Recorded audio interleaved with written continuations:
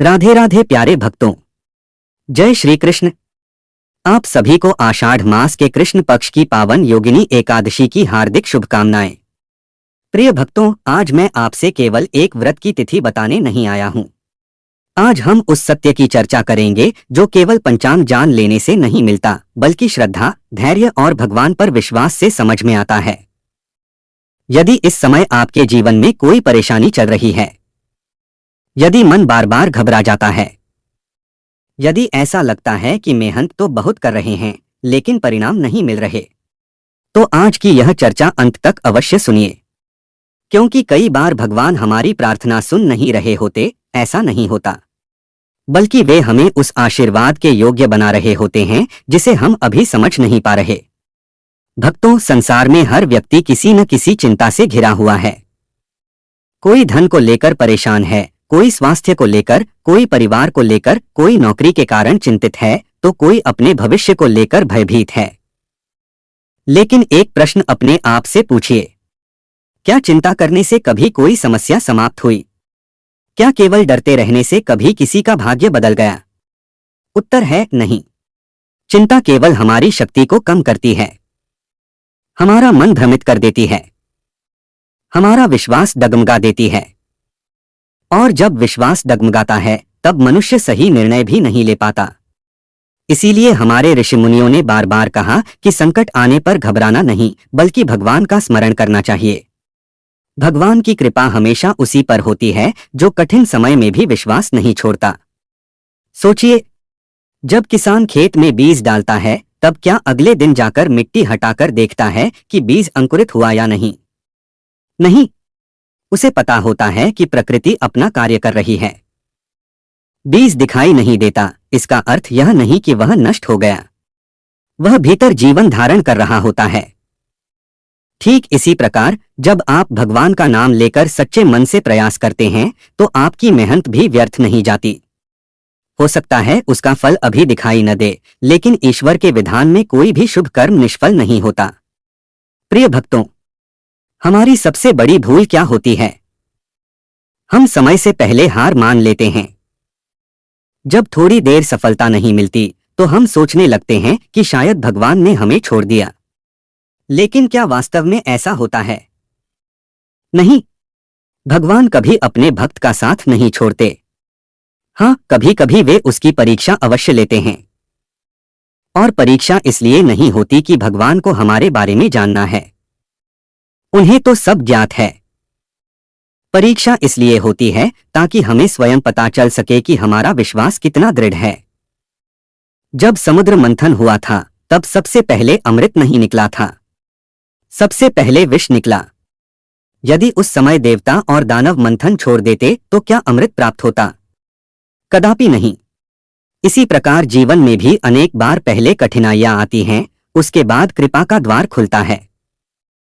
इसलिए केवल वर्तमान परिस्थिति देखकर निराश मत होइए, क्योंकि जो आज कठिन दिखाई दे रहा है, वही कल आपके जीवन का सबसे बड़ा वरदान सिद्ध हो सकता है।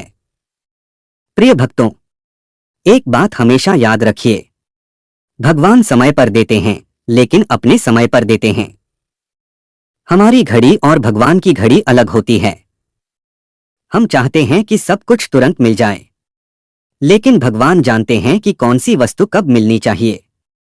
यदि समय से पहले सफलता मिल जाए और उसे संभालने की क्षमता न हो, तो वही सफलता अहंकार बन जाती है। इसलिए भगवान पहले पात्रता देते हैं, फिर कृपा देते हैं।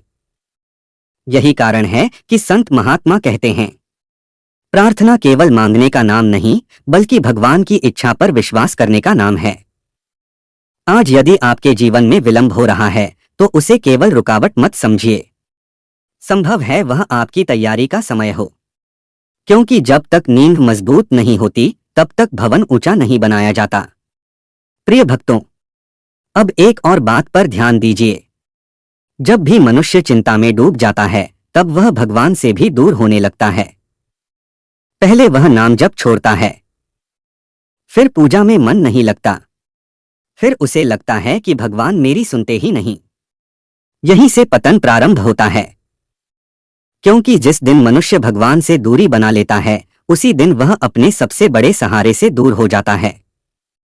इसलिए परिस्थिति कैसी भी हो, नाम जप मत छोड़िए, प्रार्थना मत छोड़िए, सत्संग मत छोड़िए, क्योंकि यही 3 चीजें कठिन समय में मनुष्य को टूटने नहीं देती।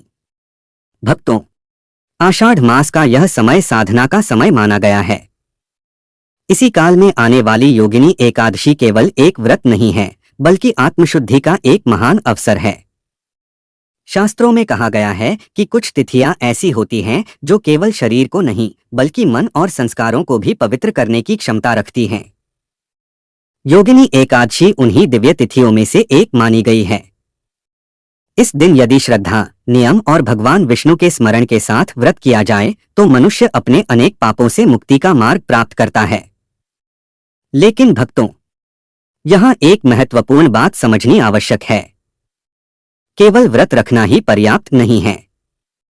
यदि मन में छल है, यदि वाणी में कटुता है, यदि व्यवहार में अहंकार है, तो केवल भूखे रहने से आध्यात्मिक लाभ नहीं मिलता।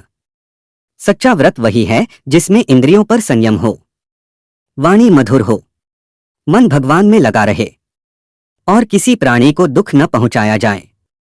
यही कारण है कि हमारे शास्त्र व्रत के साथ आचरण की भी बात करते हैं। प्रिय भक्तों, आजकल बहुत लोग केवल सोशल मीडिया या इंटरनेट पर देखकर व्रत कर लेते हैं।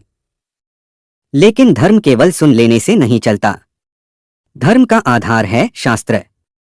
इसलिए किसी भी व्रत का निर्णय करते समय शास्त्रों का सम्मान करना आवश्यक है।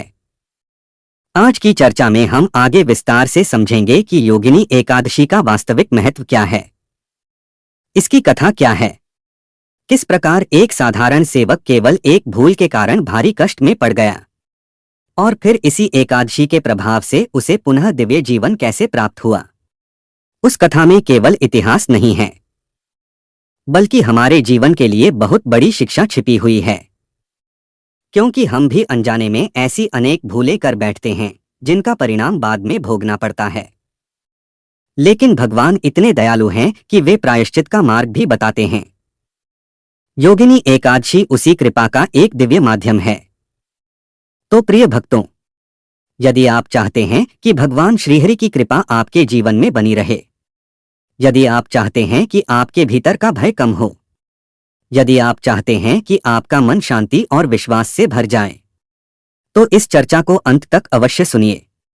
आगे हम विस्तार से जानेंगे कि योगिनी एकादशी की पावन कथा क्या है, भगवान श्री कृष्ण ने इसके विषय में क्या कहा है और किस प्रकार इस व्रत ने एक शापित सेवक का जीवन बदल दिया।